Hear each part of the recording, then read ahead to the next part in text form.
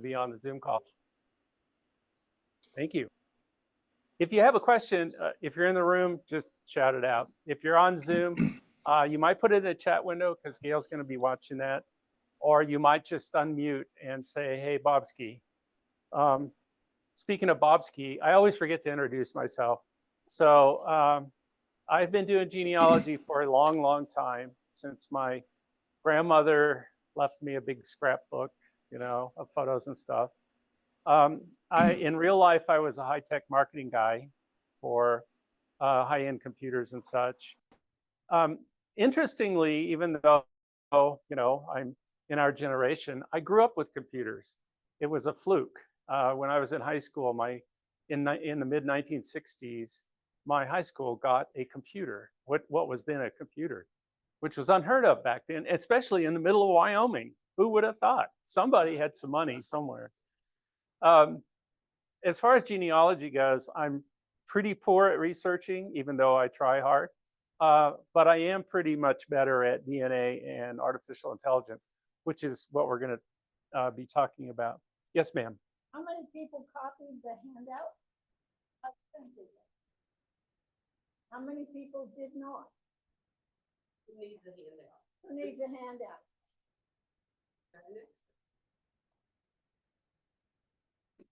Can you share? Thank you. I didn't print any handouts out because I'm cheap mostly. But I can't print them out.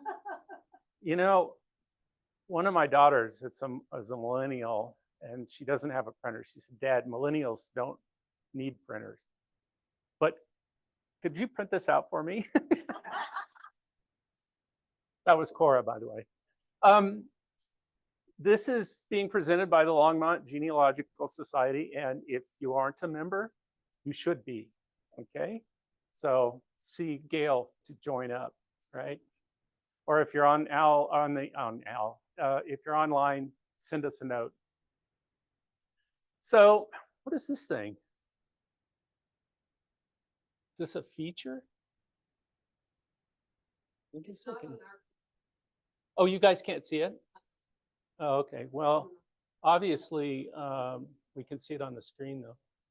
So the way I usually do things is, I have a section that I call not particularly useful, but mildly entertaining. So that's the first part of this, okay? So there's a lot of technical stuff kind of in here about AI and stuff. You don't have to remember any of it, really. It's just mildly entertaining. But there is a section on, in this case, on chatbots and how AI is used in genealogy in particular. And that's the informative and hopefully useful section. So pay attention to that section. Speaking of this, part 4 here, for those of you online, I'm pointing to part 4 here. Even though this is about genealogy and AI, it's heavy on AI and light on how our vendors like Family Search and Ancestry and MyHeritage are using AI.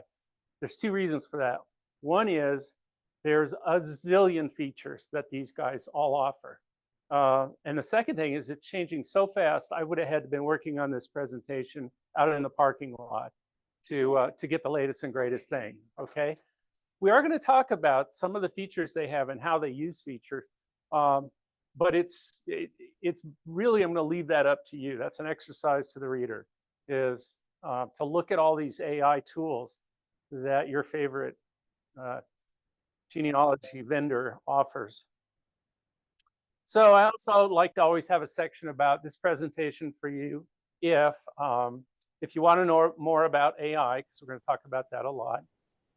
You'd like to learn about how AI can help you in genealogy, or maybe in a broader sense, how is AI going to change my life?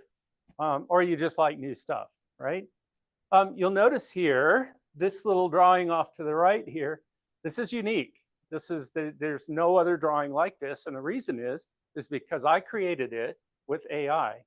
I used an AI tool and I typed in show me an image that depicts being curious about AI and how it may impact your life, career, and the world around you.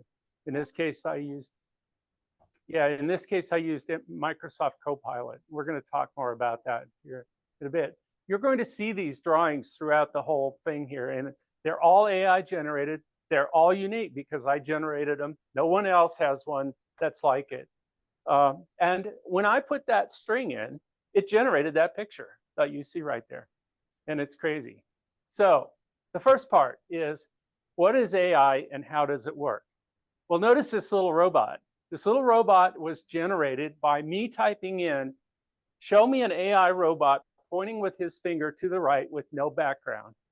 And it created this image. And then I said, animate this robot pointing its finger to the right. In this case, I used Night Cafe Studio. And we ended up with, sure enough, that. Nobody else has one like this because I generated it by typing these things in to an AI chatbot. So what is artificial intelligence? Well, obviously, the easiest thing to do is to ask artificial intelligence, what is it? And in this case, there's a utility called ChatGPT, and we're going to talk a lot about ChatGPT. And this is what it responded with. Let me see if I got a laser here. Ooh, kind of. It's the simulation of human intelligence by machines, and these machines can perform tasks that typically require human intelligence. This is really a new thing. Now, AI's been around for a long time, but this whole notion of recognizing English or any other language for that matter, and creating images and manipulating images and reading them, this is brand new stuff. And the reason it's new is because there's new technology has just come around in the past few years to make this possible. We're going to concentrate on recognizing, understand language and images, and as they're geared towards genealogy. So let's see, how does this work? How does artificial intelligence and natural language processing in particular work? Well, you have this natural language input, and by that we mean either speaking or typing in a natural language, just like you would talk to someone else. And the AI takes that, it processes it, and then it puts it through a thing called a neural network. We're going to talk a little bit more about that. Neural networks are the key to artificial intelligence. They are why artificial intelligence exists.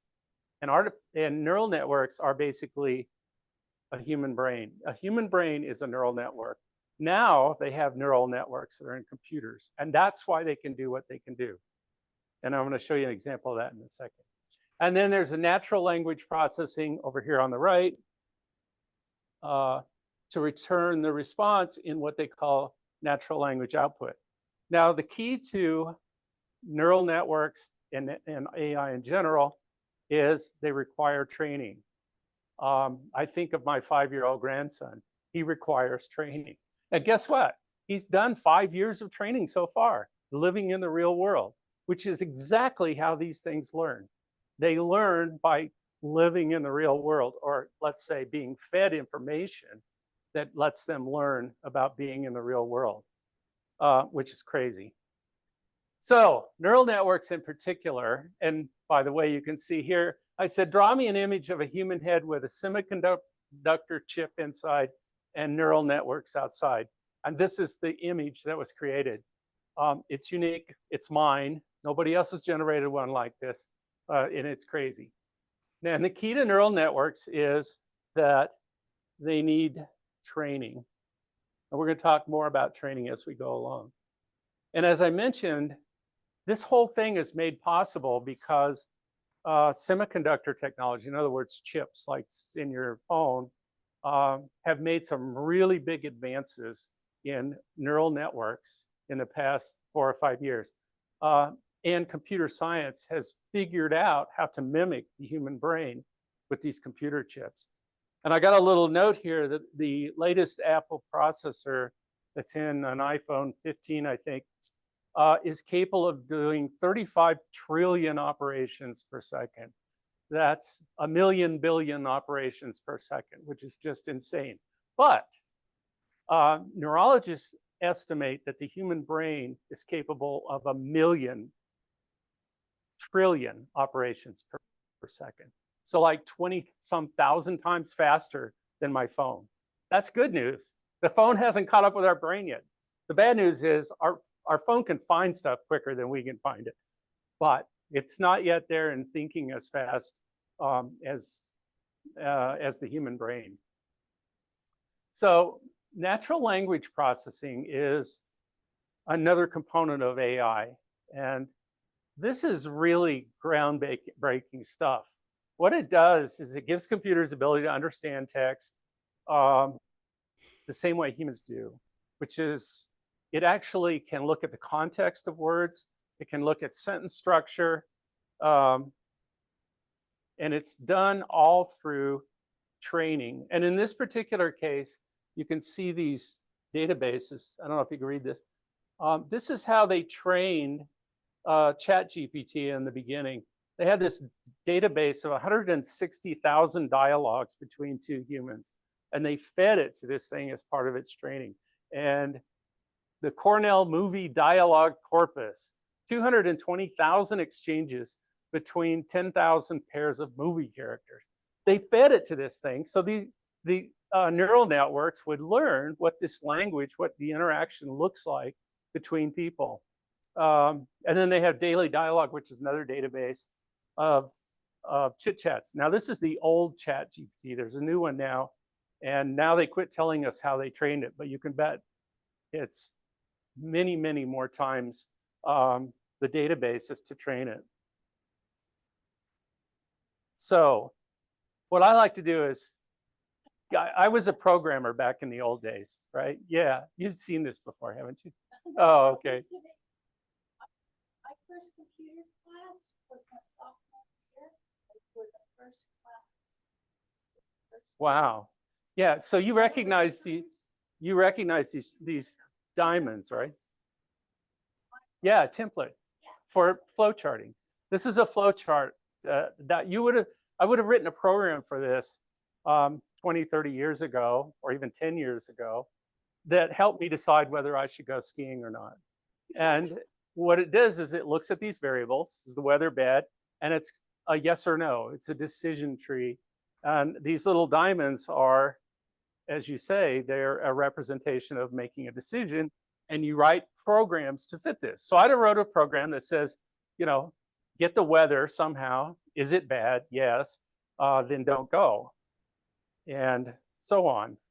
Now, with neural networks in action, it's a little bit different. What we do is we train the neural network, and we train it with thousands and thousands. I don't know if I got that in. Yeah, thousands and thousands of iterations, different levels of weather, different depths of snow, different traffic, different bank account balances, and it learns all of these things and puts it into the neural network. So now the decision is something like, oh, and I use natural language processing. So now the response is from AI using natural language processing. Bobski, it snowed 11.5 inches in the last 24 hours at your favorite resort. I know how much you like fresh snow, so you should definitely go. You don't have enough money in your checking account for a lift ticket, but the balance on your credit card is low, so just charge it. The traffic expected to be worse than usual, so get an early start. You have 3.5 days of vacation. Your calendar's pretty light. So, and on powder days, as we say, there are no friends. So just go and have fun. Now, I want to emphasize this is hypothetical example because ChatGPT currently doesn't have access to my banking account. Thank goodness. Okay, but it would come up with this. And depending on all of the different variables, it would make decisions about whether you should go or not. So that's the difference between the old kind of computing and AI. So let's get on to something that's even cooler, and that is AI and image processing. Neural networks, it turns out, oh, I think I have neural networks, it turns out, with some mathematics, I'm a math major, by the way, are really good at manipulating images. They're good at recognizing patterns. creating patterns, and all that combined with a neural network that learns can really do amazing things with images. So you can see here, I said, I have one more click. I said to the Microsoft Copilot designer, I said, give me a square image showing a convolutional neural networks, how these things work, hovering over an image of an Australian Shepherd dog and analyzing it. And that's what it came up with there. So there's a little bit of analysis there. There's a great photo of an Australian Shepherd. And all this is completely computer generated. So image recognition is something that AI is really good at. In this particular case, I take an image. It's made up of pixels. Pixels are the little dots inside the image. Feed it to a neural network that's been trained, and it can tell you what it is. It can say, oh, hey, it's a dog. And you train it through millions of cycles of training. And actually, humans can get involved in this training. If it came up with a cat, the human, and they hire people to do this, the human goes, no, it's a dog. And it learns from that. So next time, if you fed it this exact same photo, it would say, oh, that's a dog. I remember that. And you do that thousands and thousands of times. So it's really good at recognizing images. So there's a thing, yes. Yeah. I don't know, but so the question was, are CAPTCHAs used for that kind of training? I don't think that they use CAPTCHAs for training, but what's to keep AI from looking at the image, deciphering it, and checking the proper boxes all from a program instead of a human? So I don't understand. CAPTCHAs to me are redundant if AI can analyze them. So, yeah. Oh, yeah, you don't get me started on CAPTCHAs, okay? So how many of you use Google reverse image search? Yeah. Let's do a demo. On the phones to recognize. Yep, that is AI. And we have a class on that for the iPhone. SCTC does. So, shoot, how am I going to do this? I forgot to prepare myself for. I forgot to prepare myself for this reverse image search. Give me a second. Actually, not dogs, but Indy. Okay, Indy is the particular dog in this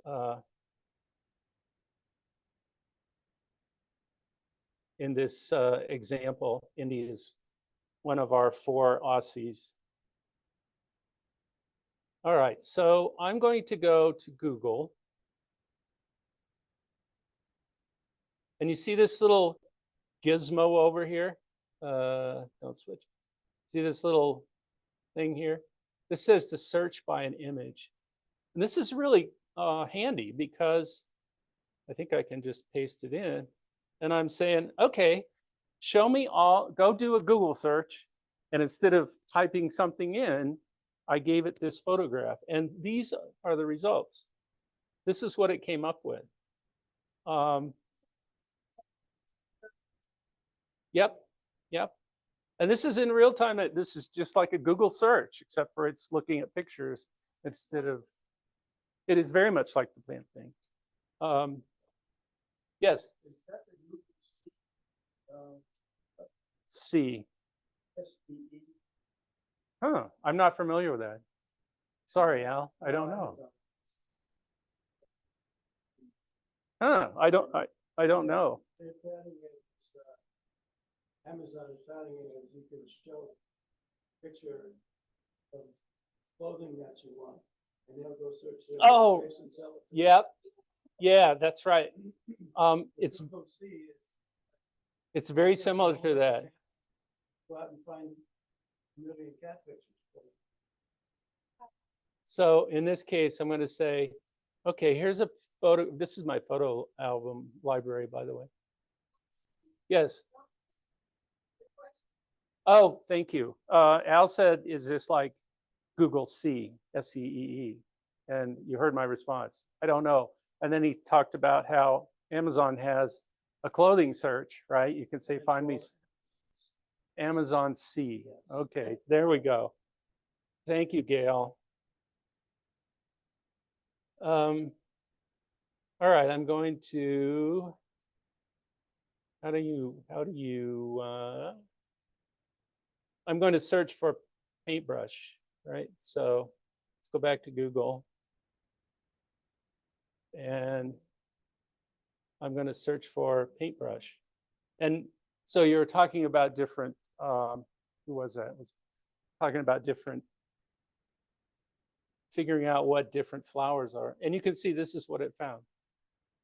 So this is all AI stuff. Pretty cool stuff. Indian paintbrush? There's actually, I don't remember the name for it. Let's look real quick at some AI generated images. This one was from Microsoft Designer. Okay, so my DNA is like 35% or 55% Scottish and like 40% German, right? So I said, well, show me a man with lederhosen and a kilt, right? So somebody from, a Scottish guy from Munich, I don't know. And this is what it generated. And the cool thing here is that it threw in the beer. All I said was lederhosen and kilt, and it made everything else. It said, well, he's in the mountains, like in the Alps. He's got bagpipes, like he's Scottish. He's got a beer in his hand, like I like, and a beer in my hand. And it came up with all of that on its own, and that's based on the training that it has. So there's a way it works. It's called generative adversarial modeling, and it takes a lot of compute power. And you may have seen lately, there's all these articles about how much compute power, how much electricity AI is going to take. And it's like 20 or 30% of our entire energy output, they predict, is going to be used for AI. And it's because it takes so much compute power to do these things. It's crazy. Here's another one. I said, create a photograph of an Australian Shepherd puppy on a wagon with kids and pumpkins. And that's all I said. It came up with the pumpkins. It came up with a really cute Aussie puppy. Notice the kids in the background are out of focus, the depth of field shot. It's amazing that it came up with that. And it just uses its imagination, I guess. This is a cool one. I said, show me Dean Martin on a horse with a beer and mountains in the background. And I don't know how it knows I like beer, but look at, he's got beer in both hands. Notice though, oh, I had to do it here. Oh, shoot. Notice the horse. It's kind of missing its body, Yeah. right? Isn't that weird? So, and we'll talk more about this, but AI can make mistakes, and you have to be careful of that. This was using an app called Image Creator online. So here's as it pertains to genealogy, AI is really good at recognizing handwriting, which is counterintuitive for those of us that ever fiddled with computers. Computers are notoriously bad at things like that. I mean, who'd have thought? So it turns into pixels, goes through a neural network that's been trained on millions of cycles of training, and it's been given lots of different handwriting. So because the neural network is trained to recognize the handwriting and it knows natural language, it can make inferences about the words if it can't quite understand them, because it knows how people talk and how people write. And in this particular case, and this is straight away, I fed it this portion of a will from my third great grandmother in Hawkins County, Tennessee, and like either late 1700s or early 1800s. And it came up with it. I mean, it straight away, all I did was feed it this, and it came up with that text. It's amazing. This was ChatGPT. Now, there's actually a fair number of companies that are creating handwriting recognition apps. ChatGPT just happens to do it, but it does a lot of other things as well. You can see here, this is the handwriting that it recognized, right? Now I can sort of read that. I, Melinda Kenner of Hawkins County in the state of Tennessee. But for a computer to read that, and this is really a boon. Have you ever gotten one, a will or something off of Ancestry or MyHeritage and gone, it'll take me all afternoon to read this, to try to decipher this handwriting? Yes, ma'am. Exactly how? What mechanics? That's another whole project. The question is, what are the mechanics of that? And it's image recognition fed to a neural network that's trained on handwriting. And I mean, we could be here all day talking about the details of it. It's based on neural network and NLP, natural language processing.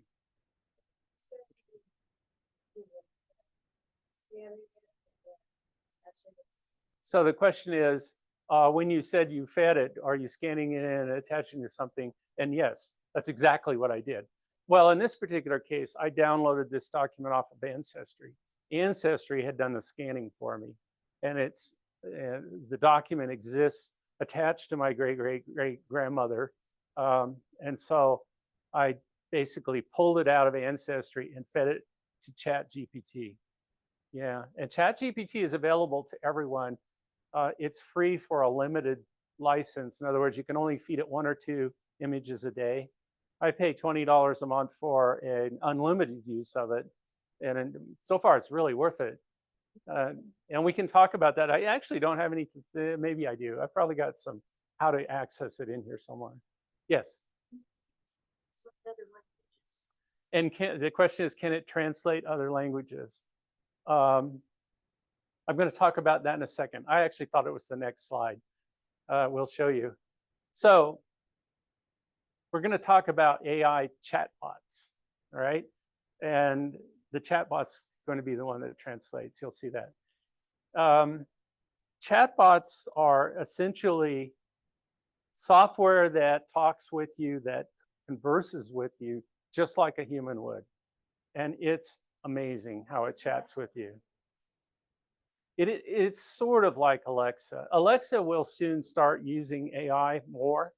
Alexa doesn't use AI that much yet. Neither does Google Home. But they will be in 6 months or so.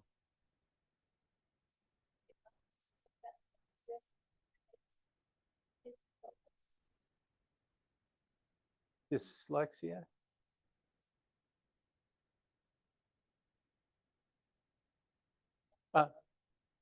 Okay, so the comment was that when they feel stressed, it talks to them. Yeah. So the comment was that your relative, your grandson, has a little device that will talk with him when he feels upset. And that undoubtedly uses some AI stuff. Yeah. Again, the NLP, the natural language processing, is what's used here. And in genealogy, you can use it for writing. You can actually have the chatbot write something for you. We're going to look at that in a second. For editing, it will edit stuff that you've written.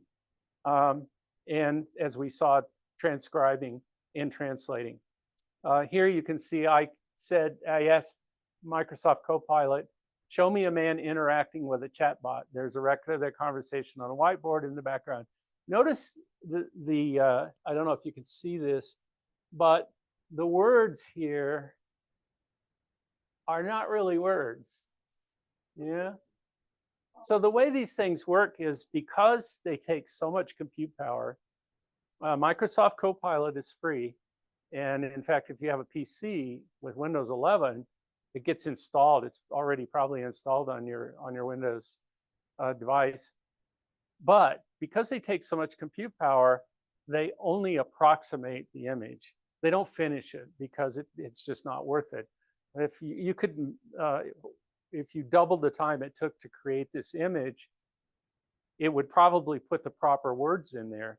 But since it was free, they're not going to just give you unlimited computing power. So they say, well, here, this is close enough. So ChatGPT is the most popular and kind of the first AI chatbot. And if you go to chat.ai, I think we'll look at it here in a second. You will get to ChatGPT. In fact, we're going to go there here in a second. It stands for Generative Pre-trained Transformer. The only key there is it's pre-trained, and it's been trained on literally trillions of facts and language constructs.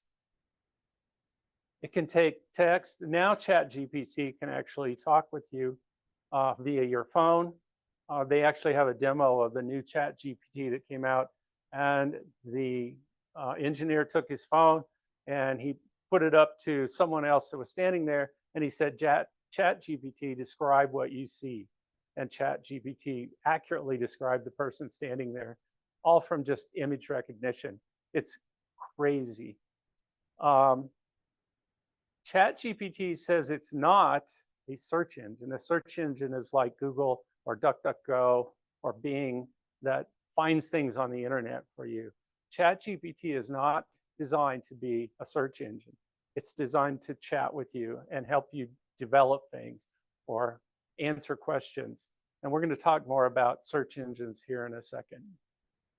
So in this particular case, this is image generation. I said, create an image of a chatbot interacting with a genealogist. They're looking at a family tree. Have the human standing in the family tree on a whiteboard. The last sentence there, I actually was part of the chat. It generated a previous graphic where they were both sitting there, and it just didn't look right to me. And so I just followed it up, and I said, have the human standing in a family tree on a whiteboard, and it generated this image. So it remembered the conversation previous and just recreated the image based on the addition.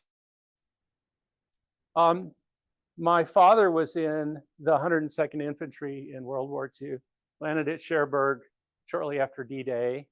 He was a mechanic. So I just said, create a timeline of the image with images of the events of the 102nd Infantry.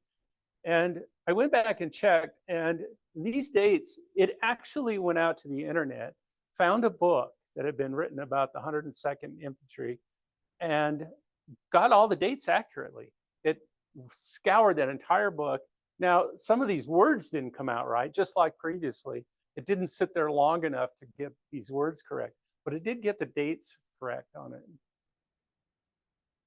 Oh, okay, ChatGPT transcription and translation. This came about because Al is Italian and his ancestors are from Italy. And he said, what would happen if you had an Italian birth certificate? What would happen if you gave it to ChatGPT? So you, in fact, can Google, go to Google and say, show me a sample Italian birth certificate. And this one will come up. That's where I got it. And so I just input it to ChatGPT, and it said, you can see up the top here, I don't know if you can read it. ChatGPT said to me, sure, I'll transcribe and translate the document for you. It said this to me. And then it shows you an English translation of an Italian document that's written in Italian. It transcribed it into Italian and then translated it into English. Boom, just like that. It's crazy. It's crazy. So let's do a couple of demos here. Let's see if I got everything set up here. It's available for anyone. In fact, we're going to use it here in a second. Hang on, I'm going to have to, because I had to restart this, it kind of, okay, so let's see. Tell me about the Longmont Genealogical Society. So I'm going to go to ChatGPT, which is here. And let's full screen that. And I don't know if you guys can see this.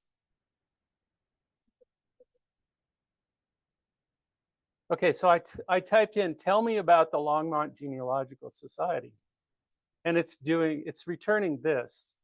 I don't know if you can see it, and I don't want to read it all, but mission and activities, membership, community involvement, events, resources, and it does all this in natural language. Is that crazy or what? Let me show you another one.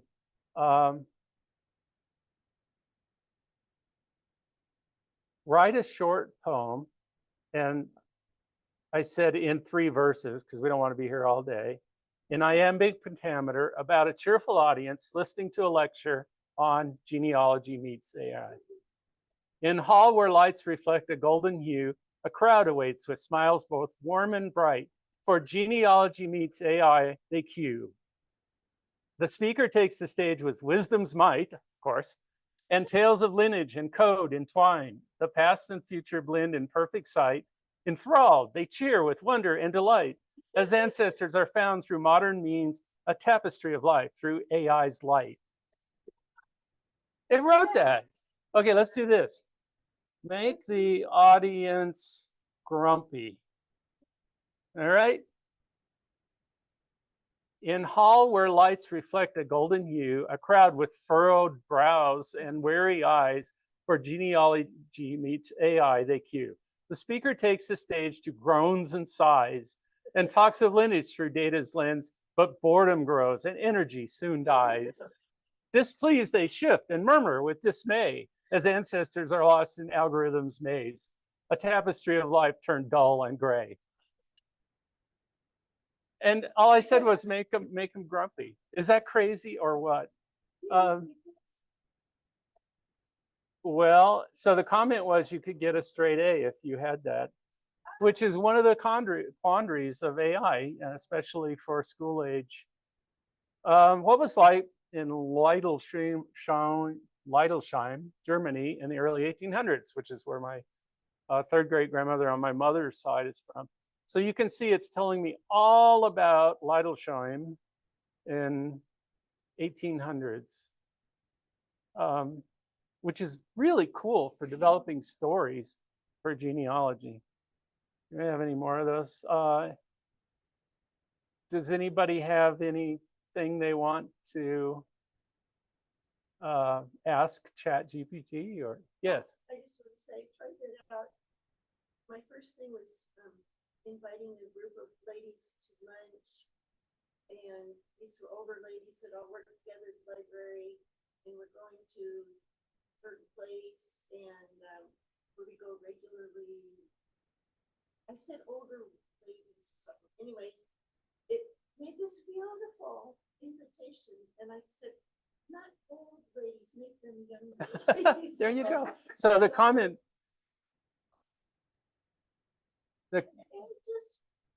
it's amazing, isn't it? The comment from the audience here was that you designed an invitation for some friends and somehow referred to them as older ladies or something. And it was really generated older ladies. So you said it to ChatGPT, hey, make them younger. And it did. Yep, it will do that. Yes, Al. Just ask for generic information about the town or the city. Uh-huh. So the question is, I just asked for generic information about the town. Can you do it and ask it for names of citizens? And can you ask it for names of citizens? No, you can't. At least ChatGPT, you can't, because it only knows what it's been trained on. Now, it can go out to the internet, and if there was something on the internet that was blatant about a person that lived in Leidelsheim, it probably would find them. But there's also privacy concerns, especially if they were living. It wouldn't respond to you. So we're going to get more into that about how you can search for people. And I searched right now.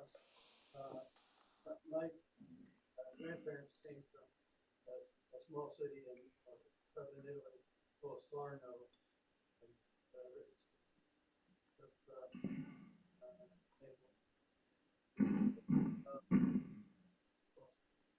you said in your search in Italy. oh yeah, I stumbled on telephone directory.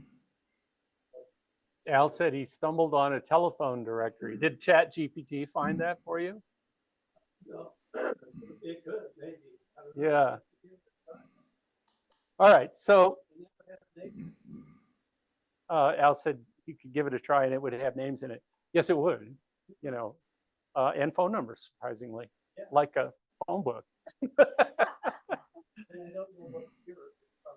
Yeah, exactly. All right. So I encourage you. Hang on a second. Let's go to. So I went to chatgpt.com. Let me write that down. Chatgpt.com. So that's how you get there, and I'll let you experiment with it. So there's also this thing called search engine chatbots, and these chatbots are more for finding things on the internet than they are asking questions and having conversation. In fact, one of the things you might try when you go to ChatGPT is say, what's the difference between you, meaning ChatGPT, and a search engine chatbot? And it will explain to you in its own. ChatGPT tends to market itself heavily, let's say, and it points out how it's better than Copilot or Genie, which we're going to talk about. These chatbots, though, so we're all used to going, say, to Google or to Bing or to DuckDuckGo to search for something, and you get back a big list of sites that have information that relate to the keywords that you put in there. You know, this has been going on forever. Well, AI is much better at this. It will take all those sites, you don't get to see that, and it will just come back and it'll give you a whole description of whatever you ask. And then generally, depending on the search engine, it will tell you what sites it went to get that information. So, but it summarizes it for you. So you don't have to go through 15 different websites to try to figure out the answer to the question that you posed.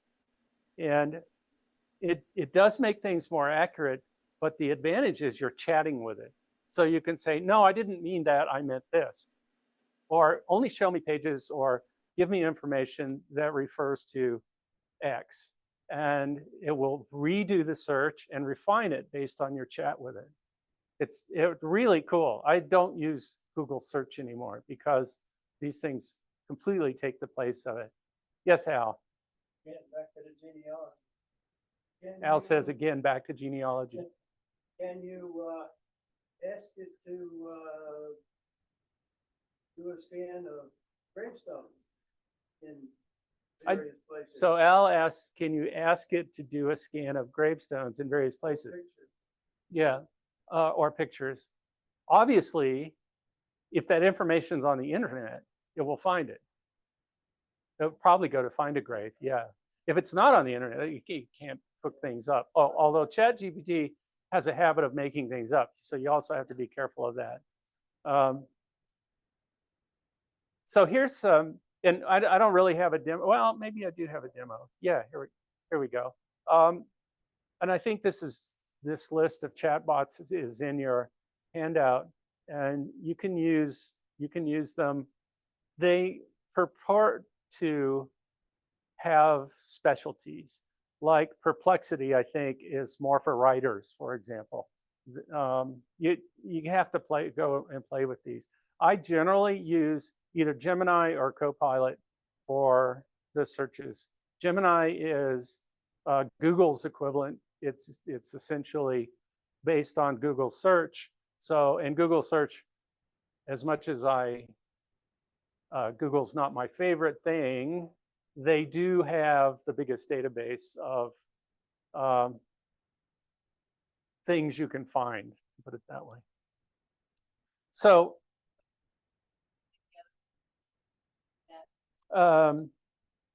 Gemini,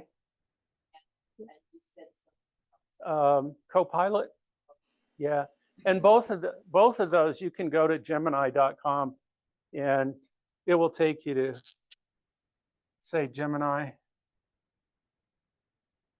Do I know how to spell? Yeah, I guess Gemini.com. And these are search engines. And we can play with some of these. Copilot.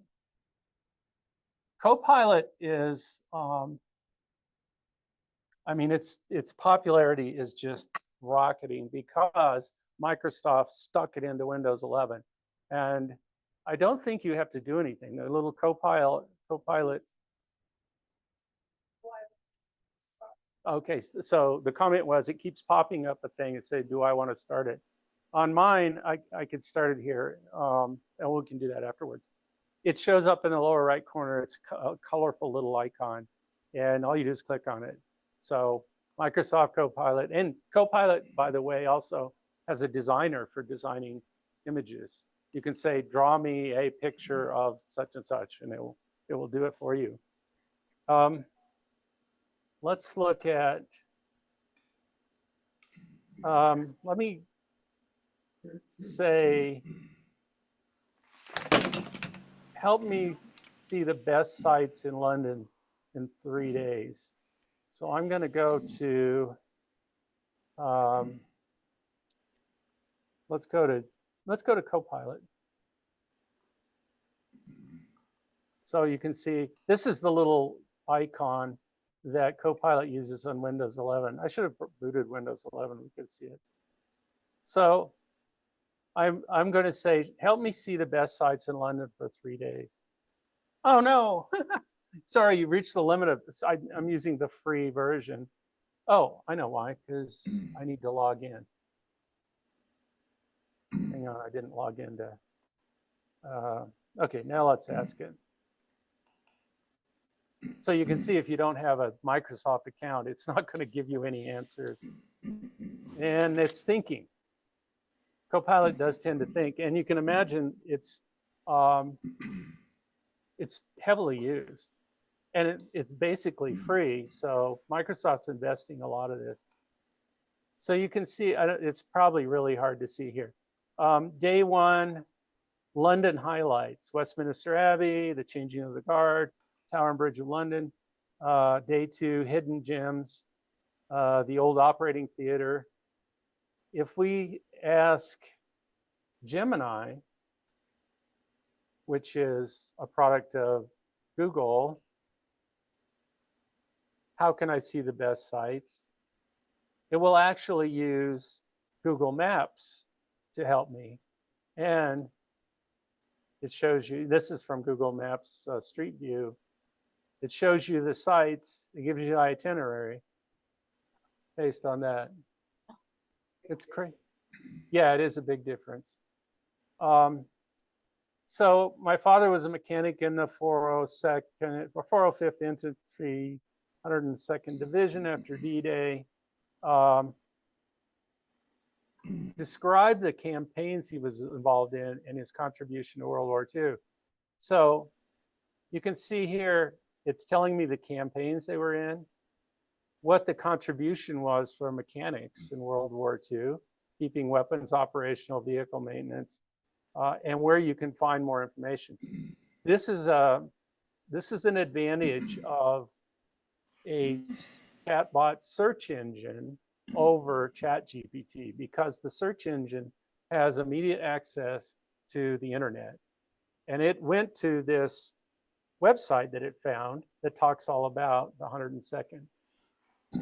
So that's chatbots.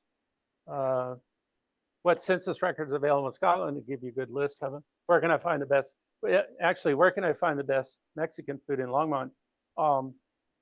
That's a normal query for Google anyway. But if you use the AI chatbot, it will essentially show you a map where, you know, what you want to see, and you can refine your search because it's a chatbot. How are we doing on time, by the way? Oh, we got all kinds of time.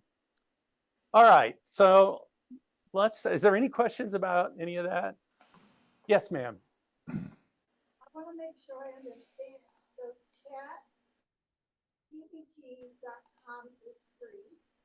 Yeah, so the question was chatgpt.com is free, question mark, yes. What, it's limited. It's what it will give you is, yeah.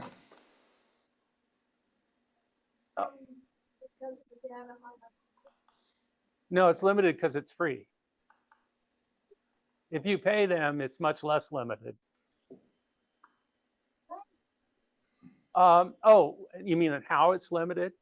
I can't quite remember. I do know that it limits you to 2 uploads a day. So for example, I couldn't transcribe more than 2 documents in a day with the free version. I think it also is slower. It puts you at the bottom of the queue amongst behind people that are paying, right? So your responses might be slower. $20 a month right now. And I think the question is there an in-between? No, as a matter of fact, I think they're thinking about 20 being the in-between and, you know, 50 being the high end. So this AI computing is very expensive. I don't know how many of you watch the stock market. If you've seen the companies that make AI chips are just, if only I knew. Because they're custom hardware designed, and by the way, it's a big part of this phone is custom AI hardware. The next phone, the iPhone 16, is the basis of it is going to be AI in the phone. So it's really so. Was the question the materials to make chips? Some of the material to make the chips is getting rare. Well, yes and no. We can converse about that later. Yeah, there are parts of it. Yeah. So let's talk about genealogy after all of that. And so as far as AI and genealogy goes, and I call the genealogy vendors, the 3 major ones are Family Search, which, you know, is free, Ancestry, which is paid, and MyHeritage, which is paid. And there are others, but those are the 3 that we're going to talk about. They've all jumped heavily into the AI bandwagon. In the case of Ancestry, for example, they've been using AI for quite some time, actually, behind the scenes. And we'll talk about that. And offerings change rapidly. That's why I didn't go into every little feature for every one of these vendors, because it'll be different tomorrow. No, seriously, it's crazy. You just got to go figure it out, explore it yourself. But remember what AI is good for: image and character recognition, editing prose or generating prose and images, and searching the internet. So we're going to look at examples for Family Search. How many of you use Family Search? Nearly everyone, yeah. How about Ancestry? Yeah. And MyHeritage?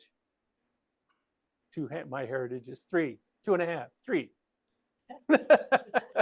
Well, you only raise your hand halfway, so. Right, yeah. So Family Search, we'll start with Family Search. They have this thing called Family Search Labs, and they call them experiments. And these are all the experiments that they currently have. And go to familysearch.com, I think it's .com, /labs, and you will get to the lab page. the first thing you'll get to is a big disclaimer that says, hey, this is all experimental. It may or may not work. Don't complain to us if it doesn't work. Well, actually, to be fair to them, they actually say, send us feedback. And I did the other day. Something didn't work, and I sent them feedback. And like 2 days later, they said, it's been fixed. So I was like, wow, that's pretty cool. The one we're going to look at is this one right here called Expand Your Search with Full Text. This is absolutely perfect use of AI in genealogy. So they call it a full text experiment. If you accept that you want to go there and try that experiment, this is the page you'll come up with. And this page says, hey, these are the collections that we currently have in this experiment. And these are actually, they started out with number one only, the US and land and probate records, and they've added these others. And the key here is that these are huge repositories of handwritten documents that have not been indexed. They just dumped them into the image recognition program that transcribed them and wrote it back out to disk on the computer, and you have access to it. And let me show you what that looks like. So I searched for William Gessel, my third great grandfather, who homesteaded in Nebraska, southeast Nebraska, in the early 1800s. And I just typed his name in to this program, and it found 39 property records that I had never seen before in Fairfield Township. Sure enough, that's where he, oh, sorry, he moved to Nebraska. This is when he was in Ohio, from 1820 to 1876. And those records have not been indexed. This program searched that text or that string in all of those records. It didn't, there's no index. You know how you like used to index the census? It searched for it. And also notice how it highlighted his name in this written document. You can see this is crazy handwriting. And then over here where it transcribes it, it shows that search term. So if you're looking for some property records, go give this a try. And I don't know if it was clear how to do it. Go to familysearch.com/labs, click on the full text search, and it will take you to this page. And there's a couple of different options for searching. You can just play with them.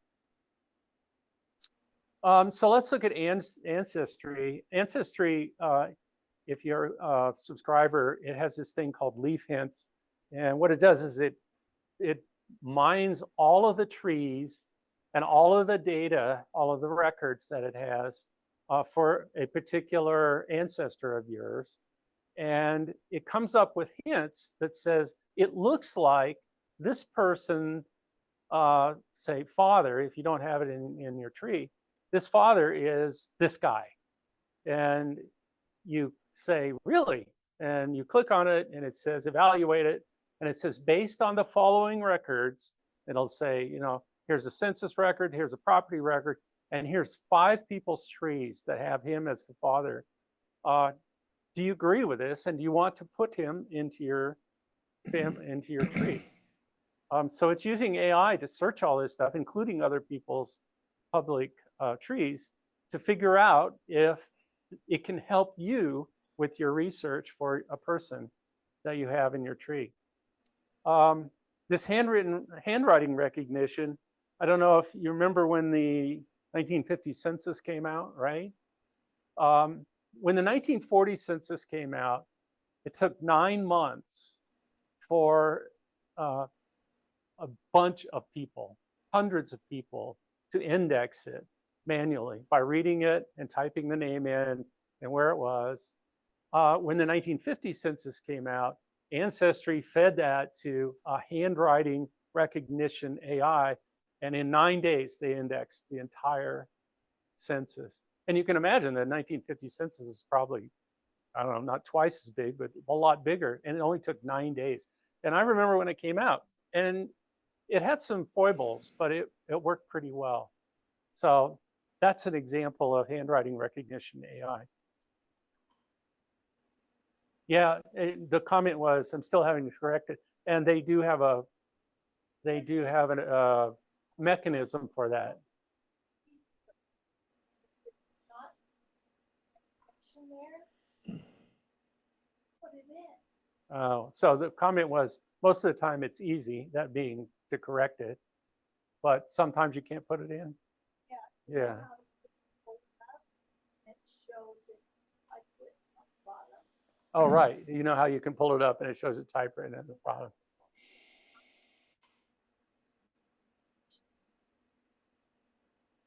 I think there's, so the comment was, if there's no information there, you can't put it in. Yeah, I think there is a way to do that.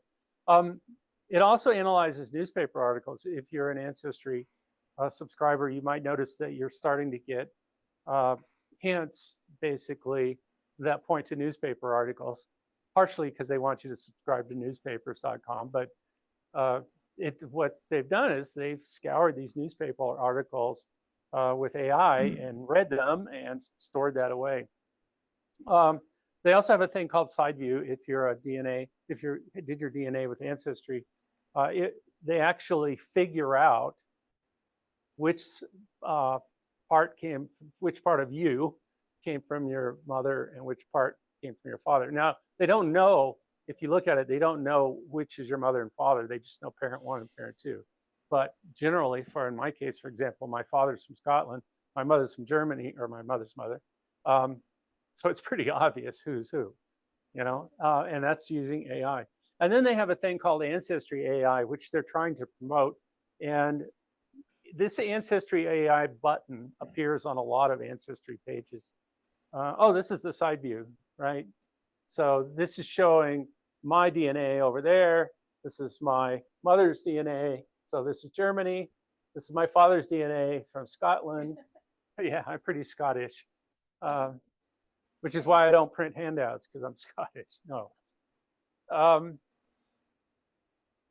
This is an example of in a profile. So they have this thing called Life Story if you use Ancestry. And what they do is they use the natural language processing to create a story of this particular ancestor, in this case, my grandmother, Nell Kinner. Okay, let's look at MyHeritage. MyHeritage does a lot of image manipulation stuff. And they have this thing called AI Time Machine. I try to do it. You actually have to load like 20 or 30 photos of yourself into this thing. And it's not till you get them all loaded that they say, oh, by the way, it costs 20 bucks to do this. And of course, me being of my nature said, no, forget that. So, but this guy did it, this guy right here. And what it does is it puts your image in a lot of historical kind of context. And you can say, you know, Revolutionary era. In this case, he said ancient Egyptian. There's a thing called Photo Enhancer, which is quite clever. And I've used that multiple times. If you have a photograph that's crinkled or blurry, or, you know, it's just gooey, this thing will clean it up pretty well. And you just feed it to it. You have to, obviously it has to be on your computer, and it will enhance it for you. It's also got a cool thing called photo dater. You know, we all have photos that we look at this and go, dang, I wonder when that was taken. This thing's pretty good. I want to show you an example of that. There's a story writer for biographies, deep nostalgia. That's we're going to show you that, and narrate family stories. So this is an example of photo dater. Frankie Wells is my great-great uncle. My great-great-grandmother is one of these women. I think it's her. This guy, second row from left, he was born in 1857. So I put this in the photo dater, and it popped up, and it said, this photo was taken in 1895, plus or minus 5 years, and confidence levels, well, average error or whatever. Well, Frank would have been 38 in this photo. That looks about right to me. So I have to think that that's not far off. This photo was taken around 1895. This is my mother. This is her photograph taken when she graduated from high school. And I said, oh, give me deep nostalgia. Yeah. And what it does is, isn't it crazy? Isn't it crazy? Yeah. And I can show you a lot more of this kind of thing if you want to when we get done here. So that's kind of that. So for takeaway, I say there's a lot of hype and meaning exaggerations about AI, but it really is game-changing technology. And neural networks and natural language processing are really the big steps that have taken place in the last few years that have made this just earth-changing. And notice that this thing that's fairly bright also has access to every piece of information that human race has ever created. That's scary, right? Not only can it learn and smart, but it has access to more information than we could ever keep track of in our brains. So I say, does the good outweigh the bad? I don't know. Should we worry about AI? And of course, the answer is always, it depends. I saw this statement. I do a lot of writing, and I use ChatGPT for that writing now almost exclusively. I don't let it write for me, but I let it create an outline or particular paragraphs that I can edit. It's kind of obvious, at least to me, it's kind of obvious that it was generated by AI. So I can't just have AI generate something and hand it to my customer. First of all, it wouldn't be right. You have to temper it a little bit. But you won't be replaced by AI, but you will be replaced by someone that uses it. And I totally agree with that, right? Plus, there's also potential for using AI for the wrong things. You probably heard about the scam where you get a call from your grandson and he's in Mexico in jail and he needs money. Well, now that voice can be him. They can make that voice be him. I'll show you an example of that here in a second. And the other thing is we've all gotten the scam email that says you may have already won, or your credit card's been charged and it's got 25 misspellings and half of it's written in a foreign language. Not anymore. These guys use AI to create that email and it looks like it came from your bank. So you got to be careful of those things. We have a whole session next door, by the way, on scams. So come to SCTC and learn about scams. I say, because I'm, getting on in years, that I may not have to worry about it taking over the world, but my kids may have to worry about it and their kids.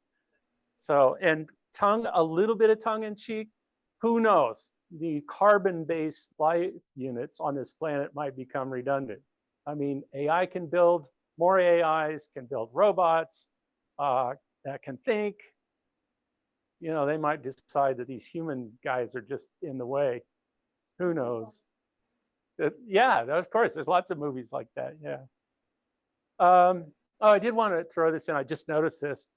The Board for Certification of Genealogists has just put out some guidelines on AI, which are kind of interesting. They basically said, don't use it. And there's obviously some pushback to that. It's like, well, come on, it's a tool, we can use it, but they're trying to wrap their heads around it, as are most people. This is hard. Did this make it to the handout? Probably not. So we have a whole series of trainings like this. If you're not familiar with them, they're in the Go catalog. And Gail's in charge of all of this stuff. So she manages. So we got your ancestors with family history book, honor your ancestors. Gail's doing one in August on how to use Find a Grave. Don't want to miss that. And Family Tree Maker, that's a workshop. So there's only 6 folks allowed on that. And how to scan them back up and use photos. And then we're going to do AI meets genealogy again in the evening. in October. So just some upcoming sessions. I think these useful links are probably on your handout. And one of the reasons I like to email the handout is because you can click on the links in the document as opposed to trying to look at the paper and try, typing in that whole URL. So anything else? Oh, I added that at the last minute. Yeah, longmontgenealogicalsociety.org. You can go to that. If you're not a member, go there and sign up and send us your 20 bucks or whatever and get signed up. I wanted to show one more thing that we were talking. Is there any other questions real quick? Yes. Well, couple. Can you go to photographs? Can I recommend which site to go to improve photographs? The only one I know there's a lot of them, but the only one that I'm familiar with is MyHeritage. And you don't have to have an account there, I don't believe. You have to have an account, but you don't have to be a paid subscriber to use it. And just like others, it's probably limited. Searching for obituaries. Searching for obituaries. Pardon? Newspaper.com. Yeah, they're actually pushing, they have a whole obituary section, don't they, in newspaper.com. That's a paid site, so yeah. What is it? Chronicling America. Chronicling America.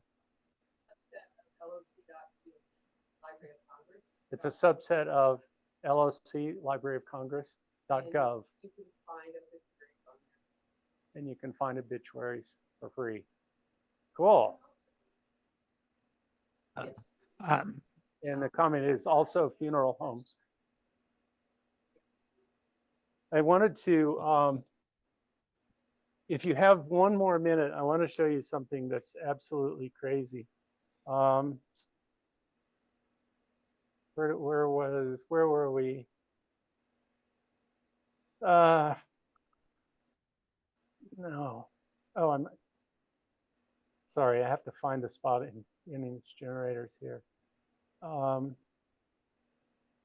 This research project of Microsoft is insane. What they've done here, and let me see if I can, is you can take a photograph, a still photograph of someone. That's all it takes. I am at Microsoft, search for VASA-1 and you'll find this page. It's in the handout, I'm sure. It's called Microsoft.com/research VASA-1. And what they do is, see this photograph right here? They put this photograph. Maybe you're in that place right now where you want to turn your life around, and you know somewhere deep in your soul there could be some. This is an AI generated person talking based on a photograph for you. And instead of trying to make something that is done, the first thing we need to look at is the letter H, so the sound at the beginning. This is completely AI generated. Many native languages problem with. Yes.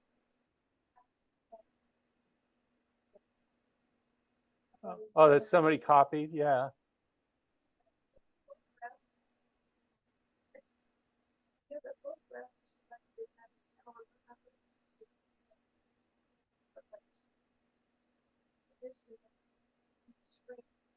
So the question is, if you have someone with a sour look on their face and you want to look like, maybe like if they're happy or smiling, go to MyHeritage and the one of those AI tools will do different variations on a photograph. Yes. At MyHeritage, I saw a demonstration where we took a picture of the great grandmother.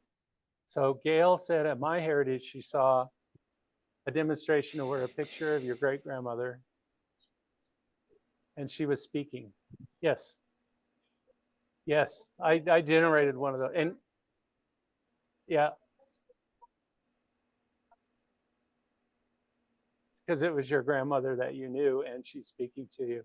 I actually did that with my mother. Yeah, Connie's smiling, and talked about, I just gave it a few words about fishing or something, and she went on and on, this animated speaker picture, whatever, went on and on about fishing. And it's, so there's a lot of, controversy, I guess, is that something you really want in your genealogy? I don't know. Yes. Yes. Yes, this is a research project. So the question was, did they tell him to have a British accent? My guess is yes. They probably have a bunch of parameters that they stick in here. Well, actually, no. Sorry, I take it back for this particular one.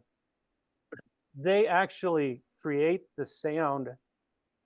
If you can see this little image here, they take a single image, they add an audio clip. So the audio clip was already in British. And then it generates the person talking. Now, does this guy look British? Yeah, he does, but I don't know if that's smart enough to do that or not.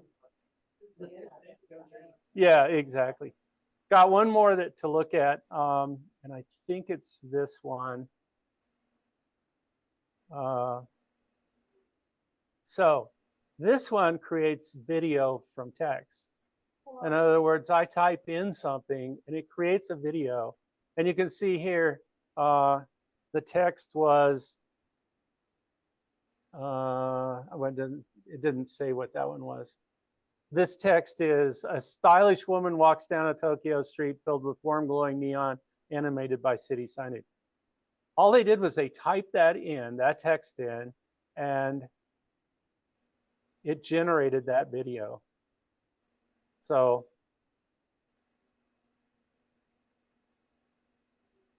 this one is a drone view of waves crashing against the rugged cliffs along Big Sur's Garray Point Beach. The crashing blue waters create white-tipped waves. So this is all AI generated completely from that text. I mean, it's insane. This is, give me historical footage of California during the gold rush. And it created this.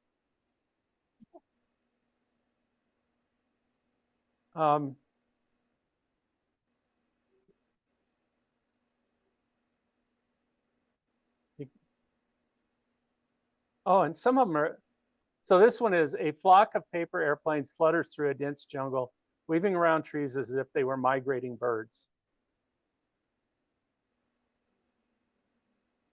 A cat waking up its sleeping owner demanding breakfast.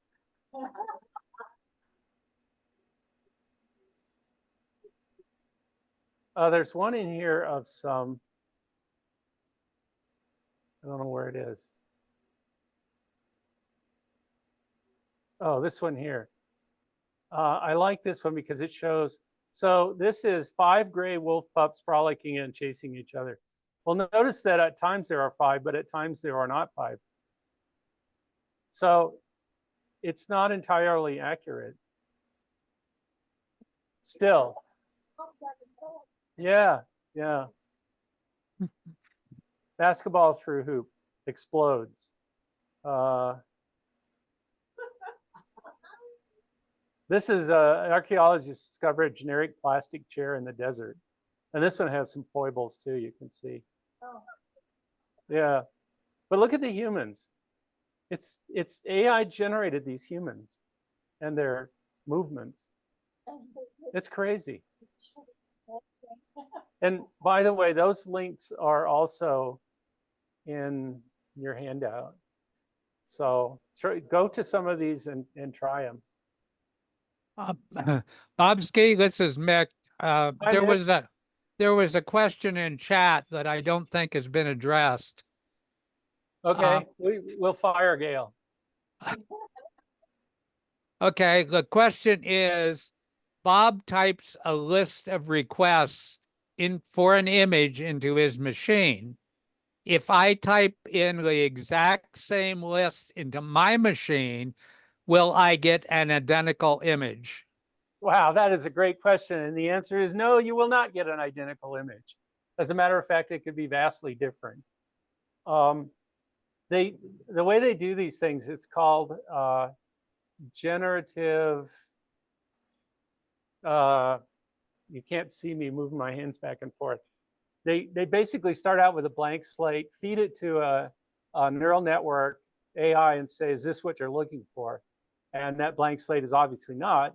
And it says, no, you need to have more dogs, more cats, more something. And it goes back to the other one and it regenerates it and says, okay, is this what you're looking for? And it does this several million times. And it's different every time it does it. So, nope. In fact, we could, well, I don't know how many images I've got left on Copilot. We could try it. That's a good question. Hmm. Well, there's another one, which I guess is a comment. Let me read it. At least one chatbot has told me it does not access password protected information like your Ancestry account, even if you are willing to give it the account name and password. Yeah, I totally believe that. I don't think ChatGPT would try to do that. Let's access my account on ancestry.com and tell me who my great-great-grandfather is. So it says, I can't access personal accounts or private information. However, I can guide you through the process of finding your great-great-grandfather on Ancestry. Here's what you can do. So you can see it gave that. They have a lot of built-ins. Tell me how to make nitroglycerin. Sorry, I can't provide information on how.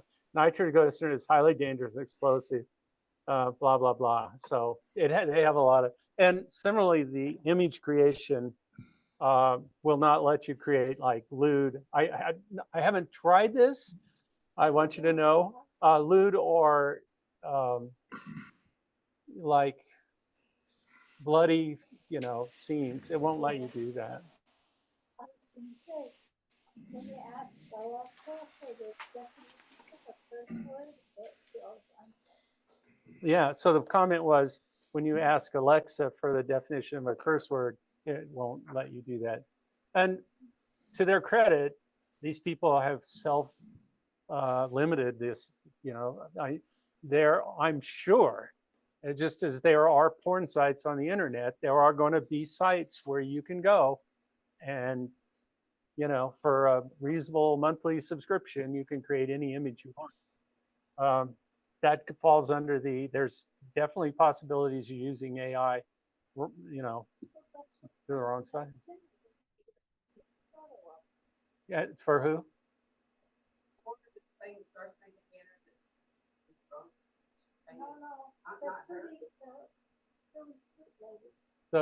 The comment was that's what they did for the lady Taylor Swift. Yeah, okay. They made a new photo of her. Oh, yeah, and it's gonna happen. And yeah, it's gonna happen all over the place. So I guess to wrap up, I would encourage you to let's see. I would encourage you to play with these things, fiddle around with them. And in terms of genealogy, go to your favorite vendor, whether it's Ancestry or whoever. And Ancestry has a whole section on their AI tools they have. I don't think Ancestry, I've been an Ancestry member for many years. I don't think their tool suite is as sophisticated as MyHeritage's, for example. I point to my wife because she has our MyHeritage subscription. Yeah. So, but just play with them. And most of them will allow you to experiment for free, even if you don't have a subscription to their account.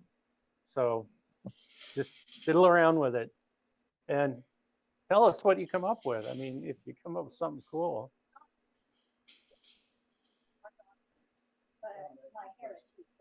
Yeah.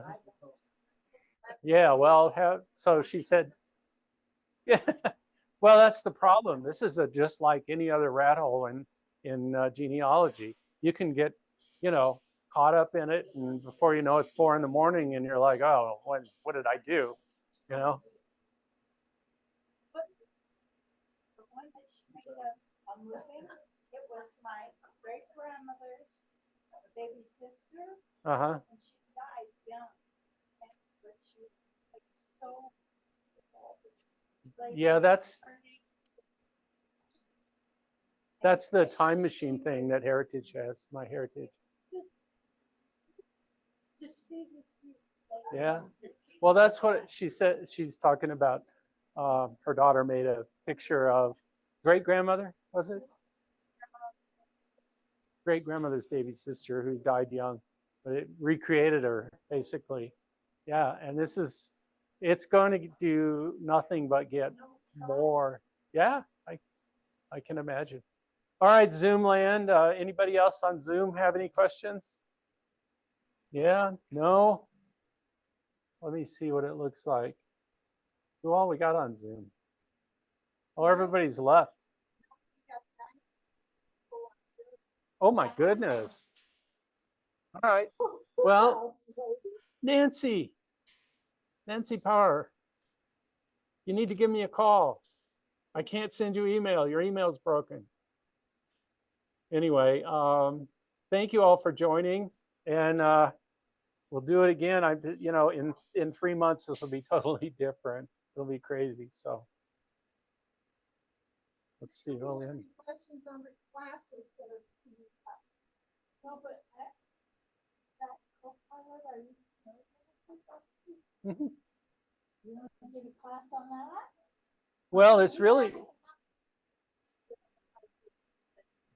yeah, there's, it's not really, it's not classable. It's an AI chatbot, well, a search engine. Let's see.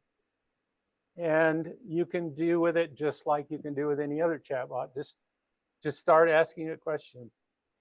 My other question is, on Ancestry.com, they have a new thing that's $10 a month where it looks more into your chromosomes. Has anybody signed on? Are you talking about their $10 a month tool set? Yeah, that's a lot more than just, yeah, it will show you how segments match, which sometimes is useful, sometimes not. But there's a lot of other tools there, like there's a tree checker. I subscribe to that. There's a tree checker, and there's a bunch of other tools that they have. Well, I said I'm just going to try it for a month and see if I like it, and I'm on my 2nd month, so.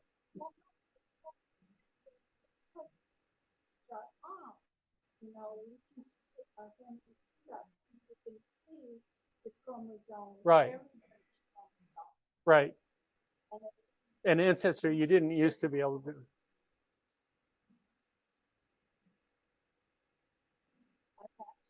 That's what Yep.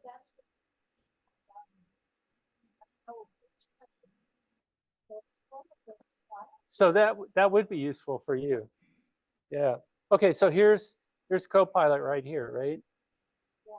This is Windows 11. As much as I abhor running Windows on my Mac,